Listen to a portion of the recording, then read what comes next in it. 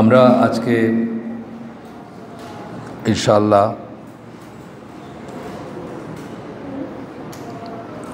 ধৈর্য, মুসলিম জীবনের ধৈর্য এর উপরে কিছু কথা বলবো। টপিকটা অনেক বড়, আমরা চেষ্টা করব যতটুকু পারি কভার করতে। ধৈর্য সম্বন্ধে বলার আগে একটা কথা আমাদের মনে রাখা উচিত যে জীবনটা, এই জীবনে আল্লাহ আমাদেরকে কেন পাঠিয়েছেন, আমাদের এই জীবন কেন দিয়েছেন আল্লাহ। একটা কথা প্রায় বলা হয় যে life is all about test. জীবনটা হচ্ছে শুধু পরীক্ষার জন্য আল্লাহ পাঠিয়েছেন, আর কোনো কারণে নেই। আমরা কে জান্নাতে যাব, কে জাহান্নামে যাব, আল্লাহ সেগুলো জানেন, তার ডিভাইন উইজডমে তিনি জানেন। এবং সরাসরি আমাদের যে যেটা ডিজার্ভ করে, জান্নাত যে ডিজার্ভ করে তাকে জান্নাত দিতে পারতেন, জাহান্নাম যে যাবে সে তাকে জাহান্নাম দিতে পারতেন। কিন্তু আমরা হয়তো বলতাম যে আমাদেরকে একটা সুযোগ দিলে আমরা, যিনি জাহান্নামী উনি হয়তো বলতেন যে আমাকে একটা সুযোগ দিলে আমি হয়তো জান্নাতে যাইতেও পারতাম, বা আমি প্রমাণ করতে পারতাম যে আমি জাহান্নামের যোগ্য না জান্নাতের যোগ্য। সেটা এই জন্যই জীবনটাতে, life is all about test একটা কথা আছে। জীবনটা হচ্ছে পরীক্ষার জায়গা। পরীক্ষা বলতে স্টুডেন্টদের, ছাত্রদের বার্ষিক পরীক্ষা বা ম্যাট্রিক পরীক্ষা, এগুলো যেমন পরীক্ষা, প্রতিনিয়ত প্রতিজন মানুষ অন্যজনের সাথে যখন ডিল করতেছে, অন্যজনের সাথে একটা মুআমালাত আছে তার, সে প্রত্যেকটা ক্ষেত্রে পরীক্ষা আছে, হয় সে জিততেছে না হারতেছে। আমি এটা একটা উদাহরণ দিই, খুব কমন যেটা দেখবেন এখানে সিলেটে কত যায় না, ঢাকা শহরে খুব বেশি এটা, যে একজন যাত্রী রিক্সায় করে আসছে, আইসা নামছে, হয়তো বলছিল গলির মুখে নামবে, গলির একটু ভিতরে আসছে, এখন রিক্সাওয়ালা বলতেছে আর 10টা টাকা বেশি দেন। দুজনের ভিতর বচসা চলতেছে। যাত্রী বলতেছে যে আমি তো নর্মালি 25 টাকায় আসি, তোমার 30 টাকা দিছি অলরেডি আমি। রিক্সাওয়ালা বলতেছে যে না, কম হয়ে যায়, 10 টাকা বেশি দেন। এখানে কিন্তু দুইজনই ঠিক না, এখানে একজন ঠিক, যে কোনো একজন ঠিক, আরেকজন জুলুম করতেছে। একজন জিততেছে, একজন হারতেছে। যে কোনো ইন্টারপার্সোনাল রিলেশন, ব্যক্তির সাথে ব্যক্তির যে সম্পর্ক, ছেলের সাথে মেয়ের সাথে, বন্ধুর সাথে, বাবার সাথে, প্রতিবেশীর সাথে, আমরা কিন্তু প্রতিনিয়ত এই পরীক্ষার ভিতর দিয়ে যাচ্ছি। এই জন্যই বলছেন যে life is all about test, বা জীবনটা হচ্ছে এখানে পরীক্ষার জায়গা। এই পরীক্ষা কথাটা যখন আসবে, পরীক্ষার সাথে সাথে ধৈর্য কথাটা আসবে। যে কোনো পরীক্ষা, আপনার যত পরীক্ষা আছে জীবনে, মানে লেখাপড়ার পরীক্ষা, ম্যাট্রিক, ইন্টারমিডিয়েট শুরু করে যত পরীক্ষা আছে, সব পরীক্ষাতে কিন্তু আপনার ধৈর্যের ব্যাপার আছে। আপনার ভাল লাগে না পড়তে, আপনার বসতে ভাল লাগে না, 3 ঘন্টা বসতে ভাল লাগে না, আপনি ঘন্টার পর ঘন্টা আর কিছু না করে পড়েই যাচ্ছেন, এটা ভাল লাগে না। এই সমস্ত কিছুর ভিতরে ধৈর্যের ব্যাপার আছে। সেই টেস্টটা আমি যেগুলো বললাম যে দুই ব্যক্তির ভিতরে, যে কোনো দুজন ব্যক্তির ভিতরে যে টেস্ট, সেটা যেমন ধৈর্যের ব্যাপার আছে, আর এর চেয়ে বড়, মানে যেখানে আপনার লোভ, লালসা, কাম, ক্রোধ, বাসনা, কামনা আসতেছে, প্রত্যেকটা জায়গায় ধৈর্যের ব্যাপার আছে এবং পরীক্ষার ব্যাপার আছে। পরীক্ষা এবং ধৈর্য একদম অঙ্গাঙ্গিভাবে জড়িত, একটার সাথে একটা ছাড়া একটা নাই আর কি বলতে পারেন। পরীক্ষা যেখানে আছে, ধৈর্য সেখানে আছে। এই জন্য ধৈর্যটা আমাদের জীবনে এত ইম্পর্ট্যান্ট, কারণ জীবনটাই হচ্ছে পরীক্ষায় উত্তীর্ণ হওয়ার জন্য আল্লাহ যে পরীক্ষা করতেছেন আমাদের। কাউকে বেশি দিয়েছেন, অনেক সম্পদ দিয়েছেন, সেটাও পরীক্ষা। কাউকে সম্পদ দেন, সেটাও পরীক্ষা। তো এই পরীক্ষা এবং ধৈর্য দুইটা জিনিস অঙ্গাঙ্গিভাবে জড়িত। এটা মনে রেখে আমরা বাকিটুকু শিখব বা দেখব এখানে কি আছে। তো এখানে প্রথমেই, এটাও একটা জুমার খুতবা, আমি যেখান থেকে পড়তেছি সেটাও একটা জুমার খুতবা, লিখিত আকারে এটা আছে। তো প্রথমেই উনি শুরু করছেন সূরা বাকারা 153 নম্বর আয়াত দিয়ে, যেখানে আল্লাহ বলতেছেন বিশ্বাসীদেরকে যে ধৈর্য এবং সালাতের মাধ্যমে আল্লাহর সাহায্য চাও। আল্লাহ ধৈর্যশীলদের সাথে রয়েছেন, ইন্নাল্লাহা মা'আস সাবিরিন। আচ্ছা, এরপরে একটা আয়াত, একই সাথে সাথে একটা আয়াত উদ্ধৃত করতেছেন এখানে, সাথে সাথে পাওয়ারটা কি চলে গেল, পাওয়ারটা কোথাও লুজ আছে, দেখেন লুজ। এরপরে একটা আয়াত কোট করতেছেন যেখানে আল্লাহ বলতেছেন যে যারা ধৈর্যশীল তাদেরকে আল্লাহ বেগায়রি হিসাব, লিমিটলেস, কোনো হিসাব বহির্ভূতভাবে আজর দিবেন, রিওয়ার্ড দিবেন, পুরস্কার দিবেন। এখানে যদিও সরাসরি বলেন নাই, ওয়ার্ডিংটা ওইটা নাই, কিন্তু এমনিতে আপনারা জানেন যে সিয়াম, রোজা যেটাকে আমরা বলি সেটার পুরস্কার কিন্তু আল্লাহ নিজে দিবেন, এই কথাটা আসছে, এই কথাটা দলিল আছে। এইখানে যে আয়াতটা আমরা পড়লাম এখানে কিন্তু নিজে দিবেন কথাটা বলেন নাই, কিন্তু স্কলাররা মনে করেন এই গায়রি হিসাব যে বলছেন বা যেভাবে আল্লাহ ডিসক্রাইব করছেন এটার মিনিংও হচ্ছে যে আল্লাহ এখানে কারো সাথে কোনো হিসাবের ব্যাপার থাকবে না, আল্লাহ বেহিসাব দিবেন যে ধৈর্যশীল তাকে। আচ্ছা, এরপরে রাসূলের একটা আসতেছে, হাদিস আসতেছে, আলবানির মতে সহি এটা, যে সবচেয়ে ভালো বা উন্নত শ্রেণীর ঈমান হচ্ছে ধৈর্য এবং ক্ষমাশীলতা, মানে ক্ষমা করে দেয়, যে মানুষকে ক্ষমা করে দেয়। এইখানে ক্ষমার ব্যাপারে যে যারা মানুষকে ক্ষমা করে তাদের ব্যাপারেও তাদের রিওয়ার্ডটাও বা তাদের আজর, তাদের সব, তাদের প্রতিফল আল্লাহ নিজে দিবেন, এটার দলিল আছে, এই কথাটার দলিল আছে। এবং ক্ষমা করা অত্যন্ত বড় একটা গুণ মানুষের, এটার সাথে আবার কিন্তু ধৈর্য মানে একসাথে আসে। কেবল ধৈর্যশীল মানুষই একজন মানুষের একটা অনাচার, অবিচার, অধ্যত্ব বা তাকে গালিগালাজ করলো বা তাকে অপমান করলো এটাকে মাফ করতে পারে, কেবল ধৈর্যশীল মানুষই করতে পারবে। যাদের রংচটা, যাদের রাগ উঠে যায়, সাথে সাথে স্কোর সেটেল করার ইচ্ছা করে যে এখনই এটার প্রতিকার করতে হবে, এখনই তাকে বুঝাই দিতে হবে আমি কে, তারা ক্ষমা করতে জানে না, ক্ষমা করতে পারে না তারা। আলী বিন আবু তালেবের একটা আসার এখানে আসছে, যেটা আমরা অন্য বইতেও পাইছি, আর একটা বই আমরা এখানে পড়ি নাই, অন্য জায়গায় পড়ছি, Islamic believes a brief introduction to the আকিদা অফ আহলুস সুন্নাহ ওয়াল জামাআহ। এটা আকিদার একটা বই, সৌদি আরব থেকে পাবলিশ করা ইংরেজিতে। সেই বইটাতেও কিন্তু এই আসারটার কথা আছে যে দিনের সাথে ধৈর্যের সম্পর্ক হচ্ছে মানুষের সাথে, মানুষের বডির সাথে মাথার যে সম্পর্ক, সেটা বোঝাইতে চাইছেন। মাথা কেটে ফেললে যেমন মানুষ বাঁচবে না, ধৈর্য কেটে ফেললে আর দিন থাকবে না, এত ইম্পর্টেন্ট আর কি জিনিসটা। এটা আলী বিন আবু তালেবের ভাষ্য এটা, এবং আপনারা একটু চিন্তা করলে দেখবেন ব্যাপারটা তাই। তারপরে সূরা আসরের উদ্ধৃতি দিয়েছেন, যেখানে ওয়াতাওয়াসসাবিল হাক্কি ওয়াতাওয়াসসাবিস সবর, এই কথা আল্লাহ বলছেন যে সকল মানুষ ক্ষতিগ্রস্তর ভিতরে, এক্সেপ্ট ব্যতীত, এরা ছাড়া, কারা ছাড়া? ইল্লাল্লাযিনা আমানু ওয়া আমিলুস সলিহাতি, যারা সৎ আমল করে, যারা ঈমান আনে, সৎ আমল করে, ওয়াতাওয়াসসাবিল হাক্কি ওয়াতাওয়াসসাবিস সবর, যারা একে অপরকে সত্যের সম্বন্ধে বলে বা সত্য নিয়ে আলোচনা করে এবং একে অপরকে ধৈর্যের উপদেশ দেয়, তারা এটাও করছেন এখানে, যে এটা কত ইম্পর্টেন্ট বা কত গুরুত্বপূর্ণ এটা বোঝাই দেয়। কিন্তু এই ধৈর্য নিয়ে আপনারা, আমি জানি না কটা হালাকা শুনছেন, বা আমি কিন্তু খুব বেশি শুনি না এটা নিয়ে কথা বলতে, এটা নিয়ে গবেষণা করতে, এটা নিয়ে কথা বলতে বা এটার উপদেশ দিতে। একটা ক্যালামিটি হইলে অনেকে উপদেশ দেয়, ধরেন আপনার উপর একটা বিপদ আসছে, তখন হয়তো কেউ উপদেশ দেবে, কিন্তু জেনারেলি জীবনের প্রতিটি দিন যে এটা মনে রাখার ব্যাপার ছিল, এটা নিয়ে আমি খুব বেশি কথা শুনি নাই বা কথা বলতে শুনি না আমরা। এখন মাঝে মাঝে চলে যাচ্ছে কিন্তু জিনিসটা, এই যে চলে যাচ্ছে, একটু আপস অ্যান্ড ডাউন, কোনো একটা ব্যাপার আছে, আমি জানি না জিনিসটা কি, এই যে এখন নাই, এখন কিন্তু ওই এফেক্টটা নাই, তো আবার সাথে সাথে আসতেছে। আপনার কিসের থেকে ধৈর্য, কোন কোন সিচুয়েশানে ধৈর্য, কেন ধৈর্য, এগুলো যখন বলতেছেন তখন বলতেছেন যে 3 রকম ব্যাপারের কথা আমরা মনে রাখবো। প্রথমটা হচ্ছে ফরজ বা ওয়াজিব যে কাজগুলো আল্লাহ করছে আমাদের জন্য, যেগুলো ফরজ করছেন, ওয়াজিব করছেন, আমাদের জন্য যে কাজগুলা ফরজ করছেন বা ওয়াজিব করছেন, সেই কাজগুলোর ব্যাপারে ধৈর্যের কথা আসতেছে।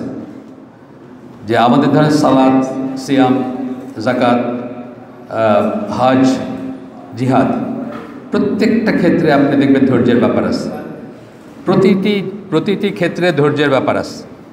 উদাহরণস্বরূপ দেখেন, জিহাদের কথা বলি, একটা উদাহরণ, একটু ধৈর্য ধরতে না পারার জন্য উহুদের যুদ্ধে কি ডিজাস্টার হয়ে গেছে। 70 জন সাহাবী, বড় বড় সাহাবী, তারা আল্লাহ রাসূলের খুব ক্লোজ আত্মীয় ছিলেন, আবার খুব নিকট সম্পর্ক যাদের সাথে ছিল, সেই সাহাবীরা শহীদ হইলেন। এটার কার্যকারণ হিসাবে যদি আমরা দেখি, ওসিলাটা কি, যে আল্লাহ রসুলের কথা, আল্লাহ রসুল বলছিলেন যে তোমরা একটা গ্রুপকে বলছিলেন তোমরা এই জায়গাটা ছেড়ে যাবা না, আমি না বলা পর্যন্ত তোমরা এখানে দাঁড়ায় থাকবা, অর্থাৎ পাহারা দিবা এই জায়গাটা। তীরন্দাজদের একটা দলকে বলছিলেন। তারা রসুলের কথাটা যখন দেখলেন যে তারা যুদ্ধে জিতেই গেছেন এবং গনিমতের মাল দেখা যাচ্ছে, তারা ধৈর্যটা ধরতে পারলেন না। তারা এই আল্লাহ রসুলের আদেশ অমান্য করে অথবা ভুলে গিয়ে ওইখানে চলে গেলেন। এই ঘটনাটাকে কেন্দ্র করে যে খালিদ বিন ওয়ালিদ আবার অ্যাটাক করলেন এবং ৭০ জন সাহাবী ফলশ্রুতিতে মারা গেলেন। উহুদের যুদ্ধের কথা বলতেছিলাম আমরা, যে আপনি একটু গভীরভাবে খেয়াল করলে বুঝবেন যে এই একটা কারণে কিন্তু সমস্ত ডিজাস্টারটা আসলো। তারা ধৈর্য ধরতে পারলেন না। গনিমতের মাল থাকতো এখানে, সময় বয়ে যাচ্ছিল না, আল্লাহ রসুলের কথাটা শুনে তারা দাঁড়ায় থাকতে পারতেন। এইটা হচ্ছে জিহাদের ব্যাপারে বললাম। হজের ব্যাপারে তো আপনারা জানেন অল অফ ইট ইজ ধৈর্য। এখান থেকে যাওয়ার আগে আমরা যে ওয়ার্কশপগুলো করি বা যে করি আপনার কি বলে ট্রেনিং সেশনগুলো হয় আমাদের, সেখানে ওই ওস্তাদরা বড় বড় আলেমরা ধৈর্য ধৈর্য ধৈর্য সারাক্ষণ বলতে থাকেন। রাগ করা যাবে না, গালি দেওয়া যাবে না, মারামারি করা যাবে না, কারো কাছ থেকে কিছু কেড়ে নেওয়া যাবে না, ভুলেও কিছু কাজ করা যাবে না। কিছু কাজ আছে অন্য জায়গায় ভুল করলে কোনো সমস্যা নেই, এখানে ভুলেও করা যাবে না। ধৈর্য ধৈর্য এবং ধৈর্য সারাটাই হজের ব্যাপারে বলেন। রোজা তো অবশ্যই ধৈর্যের ব্যাপার, আপনারা বুঝতেছেন। তারপরে জাকাত যে লোকজন 1000 কোটি টাকার মালিক, তাকে যখন হিসাব করে জাকাত দিতে হয় তার খুব পছন্দ হয় তা না। কিন্তু আমাদের সম্পদ দিতে কিন্তু সবাই একটু কষ্টই হয়, সম্পদ ছেড়ে দিতে কষ্ট হয়। তখনই মনে হয় যে না, মানে একটা ধৈর্যের ব্যাপার তখন চলে আসে। কি ধৈর্য? সেটা সম্পদের লোভ থেকে সম্বরণ করার ধৈর্য, লোভ সম্বরণ করবেন সেই ধৈর্য।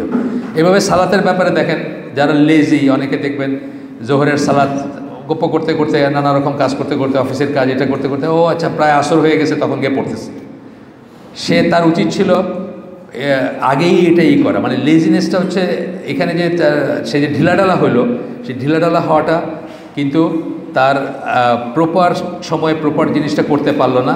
সে অন্য যে কাজটা করতেছিল ওইটা থেকে বিরত থেকে ধৈর্য ধারণ করে তার উচিত ছিল সালাতের দিকে চলে যাওয়া। এখানে একটা গল্প আমি আজকে সকালেও এটা নিয়ে হালাকা হইতেছিল অনলাইন। তা একটা গল্প আমি বলতেছিলাম যে আমাদের জাহাজে চাকরি করি তো আমরা, আমাদের যে অফিসাররা, ক্যাপ্টেন এবং চিফ ইঞ্জিনিয়ার ছাড়া বাকিরা কিন্তু ওয়াচ ডিউটি করে। মানে 4 ঘন্টা করে সমুদ্রে থাকলে 4 ঘন্টা করে ডিউটি করে, 8 ঘন্টা করে অফ। তো আমাদের একটা তবলিগ করতো একটা দিনী ভাই, মারা গেছে অল্প দিন, আল্লাহ তাকে জান্নাত নসিব করুন, খুব ভালো ছেলে ছিল।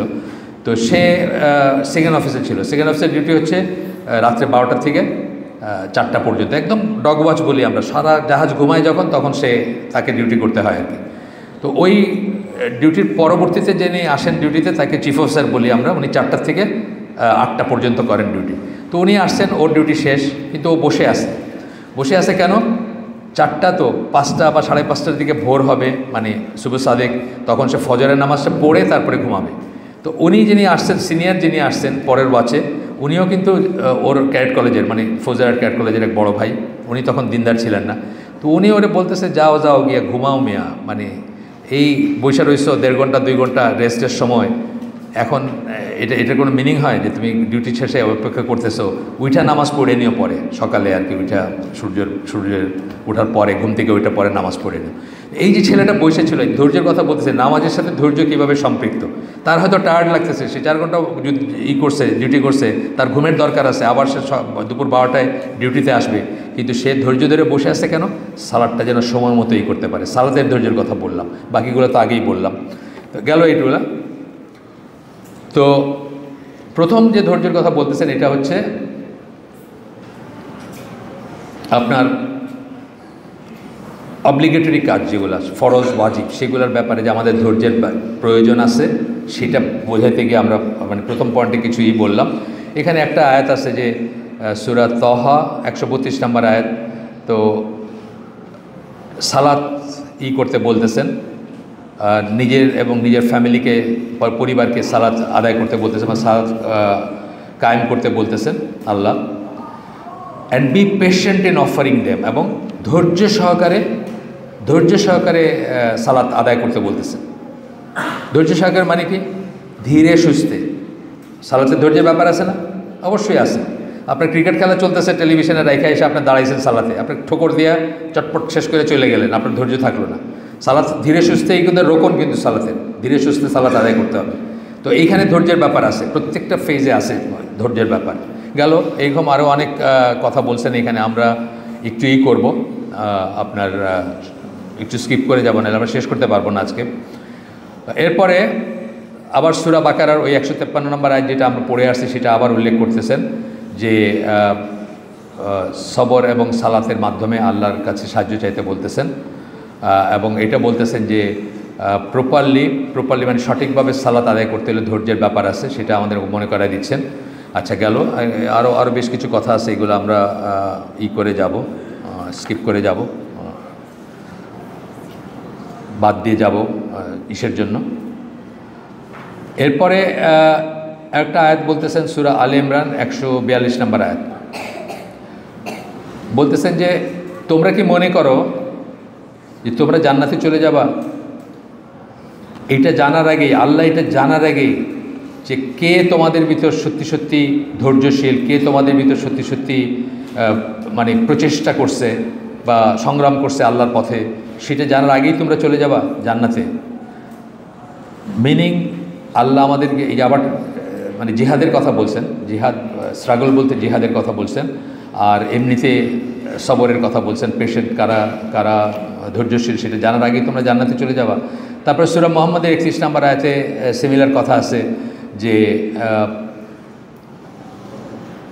আমরা তোমাদেরকে পরীক্ষা করতে থাকব যতক্ষণ পর্যন্ত আমরা না জানি, আমরা বলতে আল্লাহ বলতেছেন তার কথা, যতক্ষণ পর্যন্ত আমরা না জানি যে তোমাদের ভিতর কে কে জিহাদ বা স্ট্রাগল করতে পারে, কঠিন জিহাদ করতে পারে বা কঠিন স্ট্রাগল করতে পারে, এবং কে ধৈর্যশীল, এটা জানবো আমরা।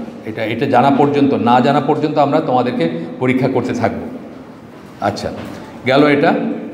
তারপরে হচ্ছে সেকেন্ড পয়েন্টটা, প্রথম পয়েন্টটা গেল কি বললাম, ফরজ ওয়াজিব যেগুলো করণীয়, আল্লাহ যেগুলো আদেশ করছেন সেই ব্যাপারে আমরা ধৈর্যশীল কিনা, ধৈর্য সহকারে আমরা করি কিনা।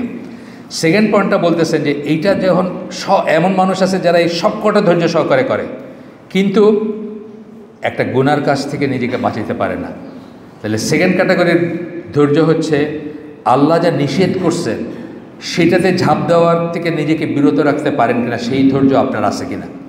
সিনেমা, টেলিভিশন, গান, নাচ থেকে শুরু করে 5 ওয়াক্ত সালাত পড়তেছে, রোজা রাখে, সব হজ করছে, জাকাত দেয়, দরকার হলে জিহাদেও যাইতে রেডি আছে, কিন্তু ফেসবুক থেকে বাইসে থাকতে পারে না, ফেসবুকের অশ্লীলতা থেকে বাঁচতে পারে না, বা গুনার কাছ থেকে বাঁচতে পারে না।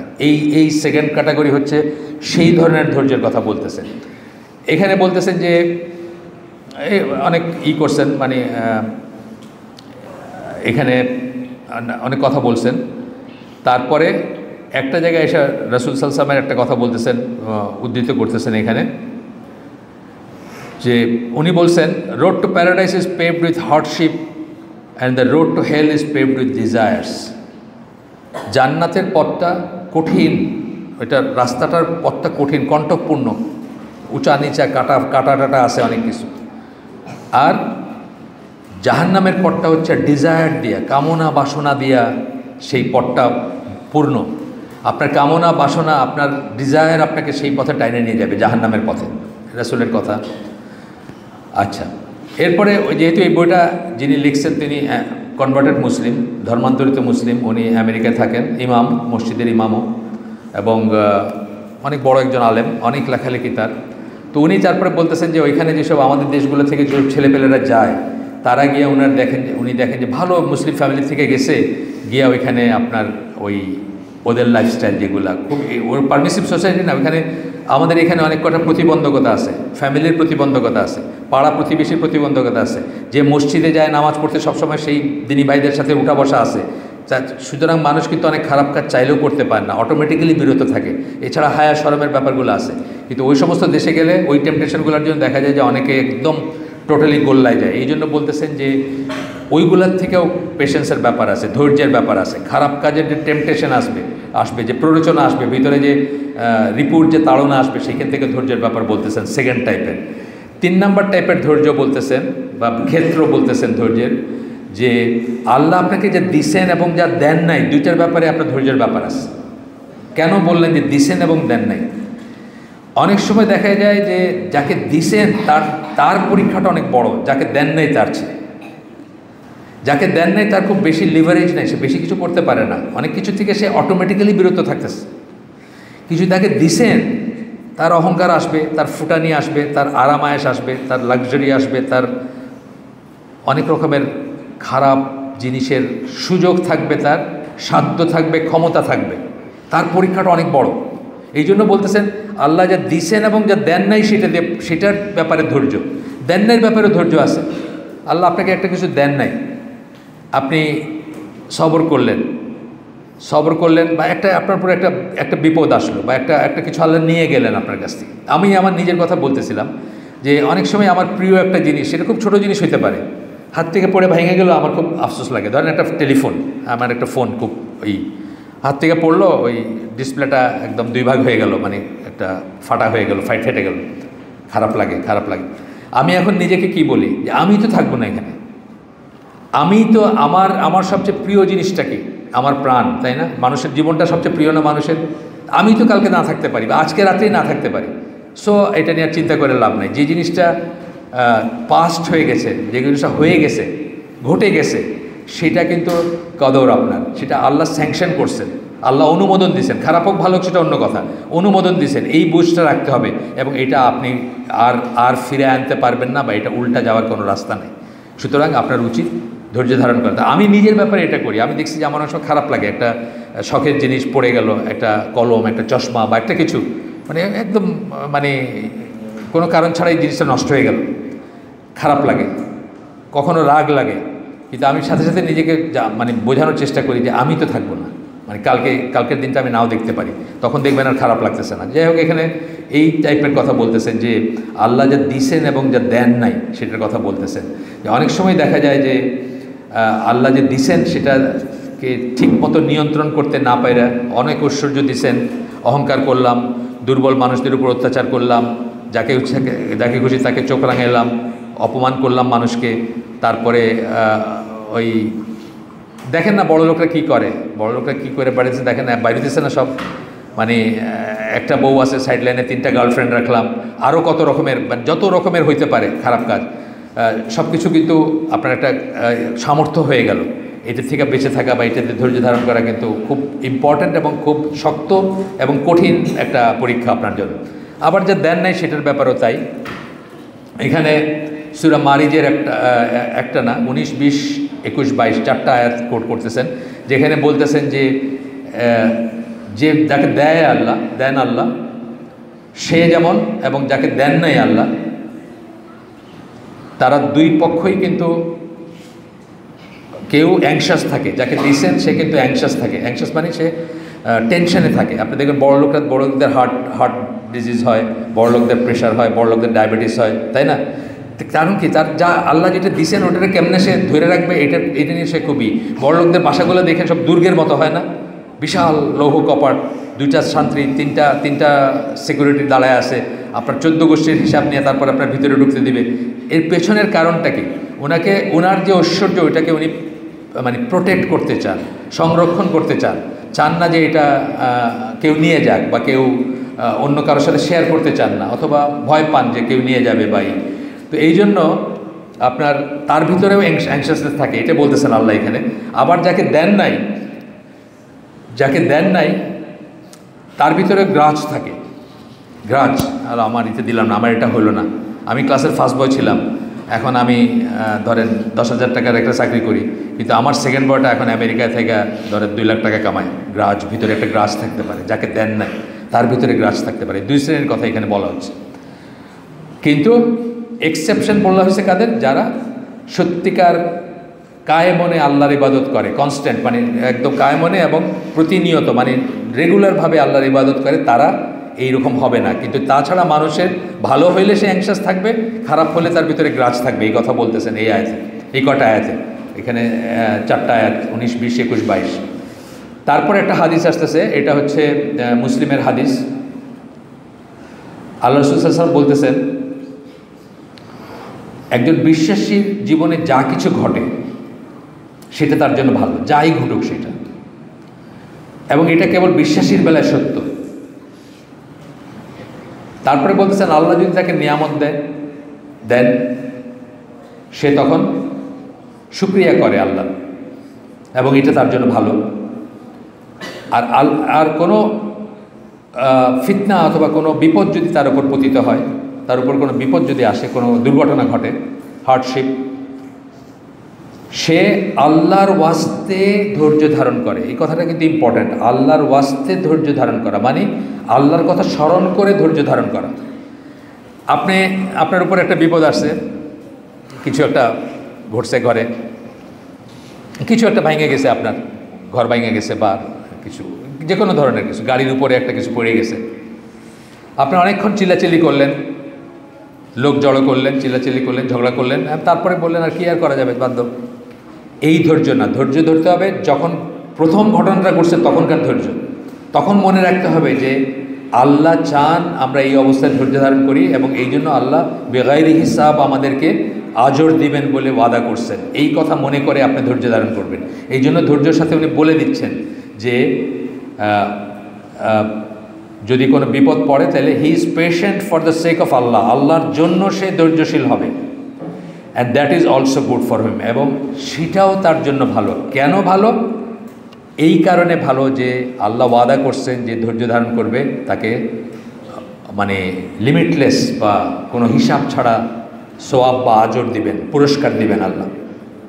আচ্ছা, এখন আমরা আরেকটা পর্বে যাই যে এই ধৈর্য বাড়ানোর জন্য আমরা কি করতে পারি, অথবা ধৈর্য বাড়ানো মানে ইমান বাড়ানো, একেবারে রিলেটেড কিন্তু দুইটা জিনিস। এই আগে যেরকম আলী রাদিয়াল্লাহু আনহু বলছেন যে ধৈর্য কেটে ফেলে দিলে দিন নাই, যার ধৈর্য নাই তার দিন নাই, এটাই বলতে চাইছেন। যেমন যার মাথা নাই তার মানে তার জীবন নাই, সে মানুষ নাই।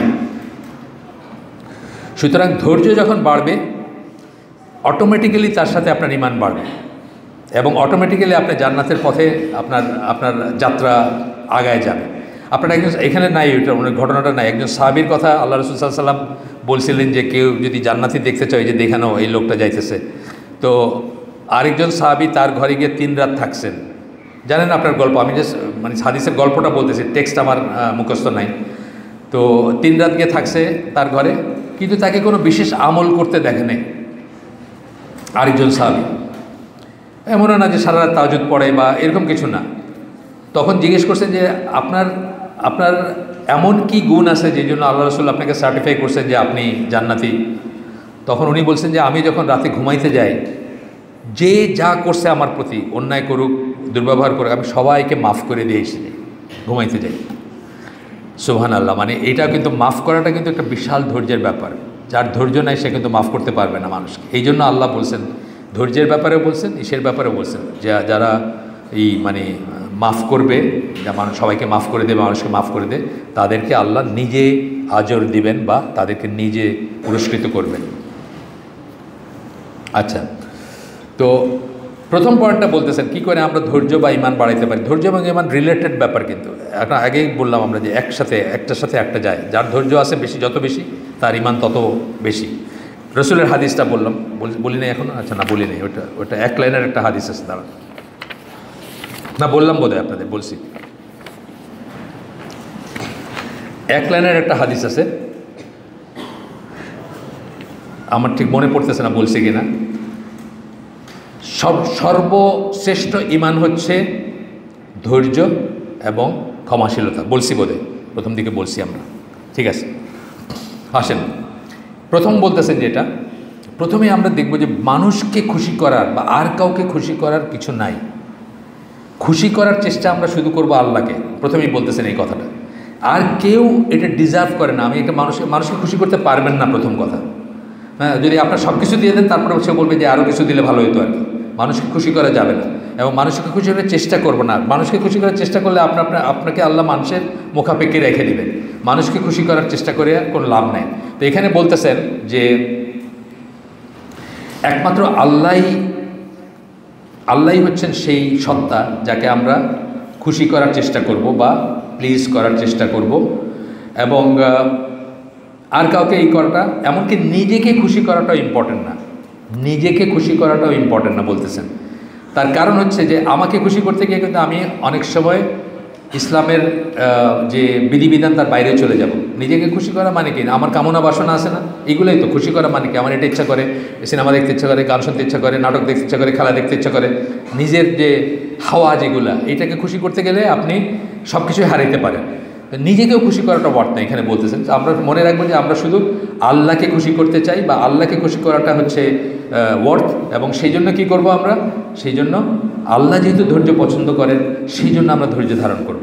2 নম্বর পয়েন্ট বলতেছেন যে এই দুনিয়াটা রিল্যাক্স করার জায়গা না, এখানে জান্নাত নাই, এখানে আমরা চিরকাল থাকবো না, এখানে রিল্যাক্স করার জায়গা নেই। এটা হচ্ছে ক্ষেত, এখানে আমরা কাজ করব, ফসল তুলব, আখেরাতের ফসল তুলব, যেন আমরা আখেরাতের অনন্ত জীবনটা সুখে বা শান্তিতে থাকতে পারি, তার একটা চেষ্টা করব। এটা বলতেছেন যে এটা ঈর্ষার জায়গা না। তারপরে বলতেছেন যে আমরা আল্লাহর প্রতি আমাদের বিশ্বাস এবং আমাদের ভালোবাসা, সেটা দেখাইতে গিয়া বা সেটা দেখাবো, এবং সেটা দেখায় আমরা এই পরীক্ষাগুলোতে উত্তীর্ণ হব। অর্থাৎ এই টেম্পটেশনগুলা, যে প্ররোচনাগুলো আছে, যে লোভগুলো আছে, সেগুলো থেকে নিজেদেরকে সংবরণ করব ইনশাল্লাহ। তারপরে এখানে সূরা আনকাবুতের 2-3 নম্বর আয়াত কোট করতেছেন, যেখানে বলতেছেন যে মানুষ কি মনে করে যে তাকে এমনি এমনি ছেড়ে দেওয়া হবে? সে শুধু বলছে এই জন্য যে সে বলছে আমি বিশ্বাস করি বা আমরা বিশ্বাস করি না, সেটা হবে না। তাদেরকে টেস্ট করা হবে, তাদেরকে পরীক্ষা করা হবে নানা রকম দুর্যোগ দিয়ে, নানা রকম বিপদ আপদ দিয়ে। আমরা তোমাদের আগে যারা আসছিল বা তোমার আগে যারা আসছিল তাদেরকেও এইভাবে পরীক্ষা করছি, এবং আল্লাহ জানেন কে সিনসিয়ার এবং কে সিনসিয়ার না, কে বিশ্বস্ত কে বিশ্বস্ত না, সেটা আল্লাহ জানেন। 3 নম্বর পয়েন্ট হচ্ছে আমরা আমাদের নিজেদেরকে জানার চেষ্টা করব। নিজেকে জানা কিন্তু সবচেয়ে ডিফিকাল্ট জিনিস। মানুষ কিন্তু অনেক কিছু অন্যের সম্বন্ধে অনেক মতামত দিয়ে দিবে, অন্যকে বাছ বিচার করবে, কিন্তু নিজেকে মানুষ নিজে জানা এটা অলমোস্ট ইম্পসিবল একটা জিনিস, কঠিন জিনিস এটা। তো বলতেছেন আমরা নিজেদেরকে জানবো যে আমরা আল্লাহর এবং আল্লাহর কাছে ফিরে যাব। ইন্না লিল্লাহি ওয়া ইন্না ইলাইহি রাজিউন, এই কথাটা ঘন ঘন মনে রাখবো যে আমরা আল্লাহর এবং আমরা আল্লাহর কাছে প্রত্যাবর্তন করব। এই জিনিসটা আমরা মনে রাখবো।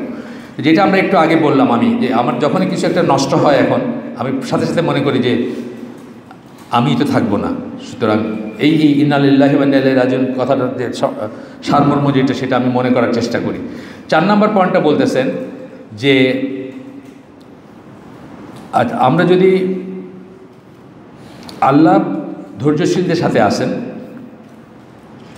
আমরা যদি ধৈর্য ধারণ করি, তাহলে আল্লাহ আমাদেরকে সাপোর্ট করবেন, আমাদেরকে সমর্থন করবেন, আমাদেরকে সাহায্য করবেন, আমাদেরকে পথ দেখাবেন, এবং আমরা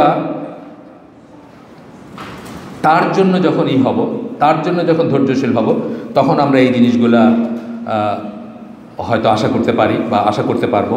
সূরা ইনশিরা এটার 5-6 নম্বর আয়াত কোট করতেছেন এখানে যে কাঠিন্য মানে দুর্যোগ বা কাঠিন্যর সাথে মানে কষ্টের সাথে ইজ আসে, মানে কষ্টের সাথে সহজতা আসে।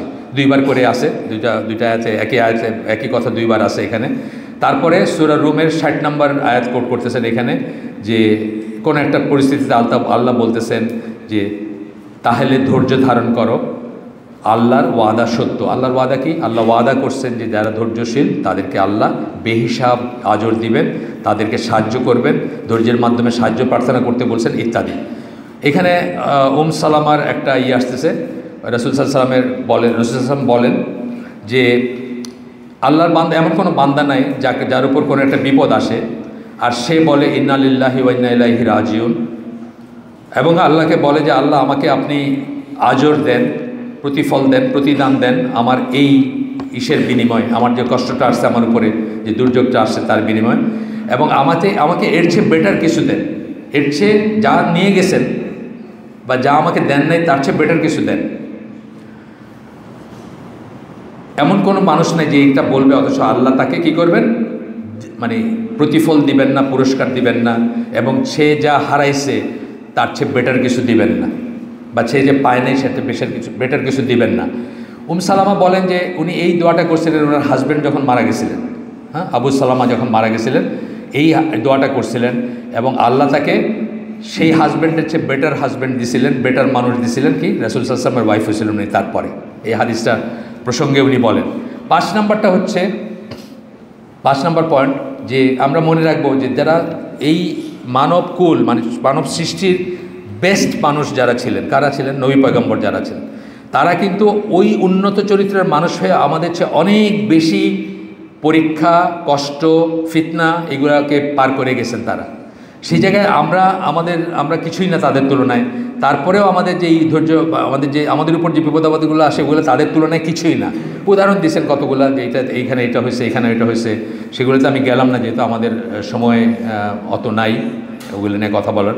এখানে সূরা আল আনামের 34 নম্বর আয়াত কোট করতেছেন, বলতেছেন যে রসুলগণ, তোমার আগেও রসুলগণ, আমাদের রসুলকে বলতেছেন, আমাদের রসুল সাল্লাল্লাহু আলাইহি ওয়াসাল্লামকে বলতেছেন তোমার আগেও রসুলরা আসছেন এবং তাদেরকে অস্বীকার করছে মানুষ, এবং তারা ধৈর্যশীল ছিল সেখানে।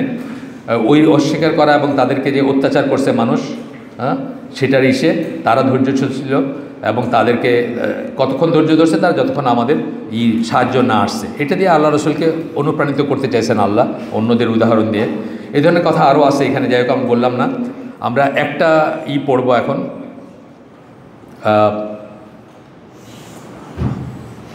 একটা ওমর রাদিয়াল্লাহু আনহু একটা আসার পড়ব।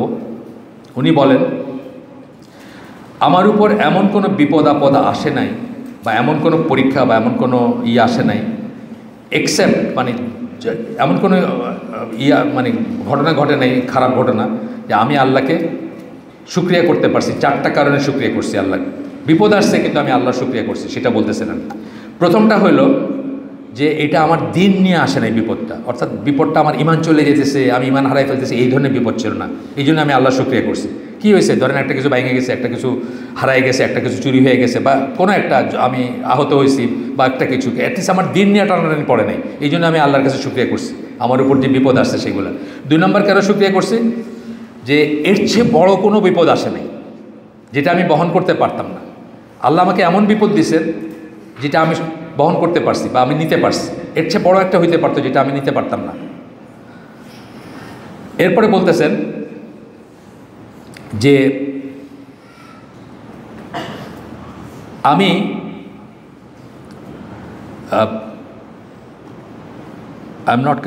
আচ্ছা, আল্লাহ আমার উপর যা করছেন, আল্লাহ আমার উপর যা দিছেন, সেটাতে আমি আল্লাহর উপর অসন্তুষ্ট যে হই নাই, এই জন্য আমি শুকরিয়া জানাইছি। আল্লাহর উপর অসন্তুষ্ট হই নাই, আমার মনের ভিতর অসন্তুষ্টি আসে নাই, এই জন্য আমি শুকরিয়া জানাইছি। আর 4 নম্বর বলতেছেন যে আমি এই পরীক্ষাটা যে আল্লাহ আমার ফেলাইছেন বা এই বিপদে ফেলছেন, সেই জন্য আমি আল্লাহর কাছে রিওয়ার্ড পাবো, আল্লাহর কাছে প্রতিফল পাবো, এই জন্য আল্লাহর কাছে আমি শুকরিয়া জানাইছি। 4টা কারণে আর কি, আমার উপর বিপদ আসছে তথাপি আমি আল্লাহর কাছে শুকরিয়া জানাইছি। আমাদের তো সময় একটু শেষের দিকে চলে আসছে। আমরা প্রথম খুতবাটা তাইলে এখানেই কনক্লুড করি। আকুলু মা তাসমাউনা ওয়াস্তাগফিরুল্লাহ লি ওয়ালাকুম মিন কুল্লি যামবিন ফাস্তাগফিরুহু ইন্নাহু হুয়াল গফুরুর রহিম।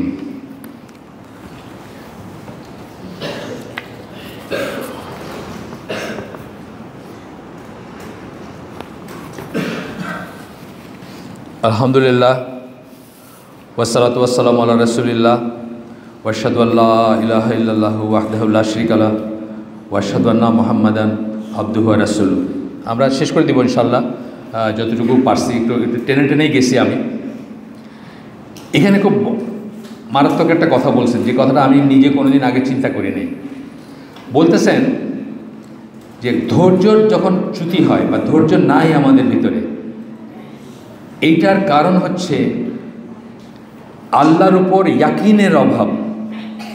আল্লাহ যে আমাদেরকে ওয়াদা করছেন যে ধৈর্য ধরার সিচুয়েশনে আমাদেরকে বেহিসাব সওয়াব দিবেন, পুরস্কার দিবেন, সেই ইয়াকিনটার অভাব যখন হয় তখন আমরা ধৈর্য ধরতে পারি না। এটা কিন্তু খুব মারাত্মক একটা কথা। আল্লাহর একটা ওয়াদায় আপনার ইয়াকিন নাই, এটা এমপ্লাই করতেছে যখন আপনি ধৈর্য ধরতে পারেন না। মারাত্মক কথা না এটা? মারাত্মক কথা এটা। তারপরে বলতেছেন যে এখানে আর 2টা আয়াত করে শেষ করে দিচ্ছেন। প্রথম আয়াতটা সূরা নাহলের, এখানে বলতেছেন যে যারা ধৈর্য ধারণ করে তাদেরকে আমরা তাদের সবচেয়ে ভালো যে কাজ, যে আমল, সেইটার অনুপাতে আমরা তাদেরকে প্রতিফল দেব, পুরস্কার দেব। আর তারপরে আবার সূরা জুমারের ওই আয়াতটা কোট করতেছেন যে যারা ধৈর্যশীল তাদেরকে আমরা গায়রি হিসাব, বেগায়রি হিসাব তাদেরকে আমরা প্রতিফল দেব বা পুরস্কার দেব।